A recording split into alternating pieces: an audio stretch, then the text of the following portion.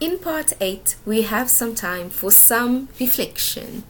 Now, throughout the duration of this course, you will be asked to provide the IBT core team with some feedback on your experience of the course, on the progression of your learning, how well you are progressing with certain concept areas, etc., etc.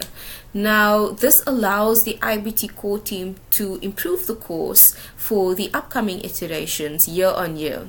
And it also allows an opportunity for you as a participant to do some self-reflection both before and after each module, and to determine whether you have really internalized and learned some important skills or concepts, or whether you're comfortable with certain skills and concepts. And it also allows us to determine whether the course or the module has been structured well enough for your confidence to improve within certain subject areas or within certain skills and tools. Now, I've mentioned that the feedback forms will be made available to you in Vula. It will be found or contained within the tool or tab over here termed course evaluation. In previous years, this tool has been named the feedback tool, but it has now been updated to be named the course evaluation tool, and that is where we will be placing all of these feedback forms and questionnaires. Now, I must point out that all of these forms are completely voluntary. You do not have to do it. It is not compulsory, and it's not a requirement of the course, and it will not affect your resultant mark or assessment for this course. It doesn't bear any weight on any of that, but we do encourage you to complete all of these forms because it provides us with some valuable information on your experience of the course.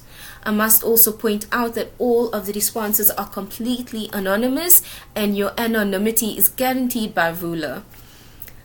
At the end of each feedback form, you will also find a little informed consent paragraph that is going to be given to you both in English and in French for those of you that may be English or French first language. And basically what this paragraph explains is that the IBT core team will be taking some of this anonymous data and analyzing it in order to improve the course for the upcoming iterations. And you will be invited to either accept or reject the terms and conditions provided to you or explained to you within that paragraph. Now, we have a very small and quick activity for you to complete. It is a little feedback activity to get you comfortable with doing and completing some feedback forms, and to get you used to the way that the questions will be asked and how you would need to answer it, and then to get you to read through that informed consent paragraph at least once before you start the actual content for the course. Now, I want you all to log into Vula, navigate to the IBT 2018 site, find that course evaluation tool or tab, and then find your first self-reflection form.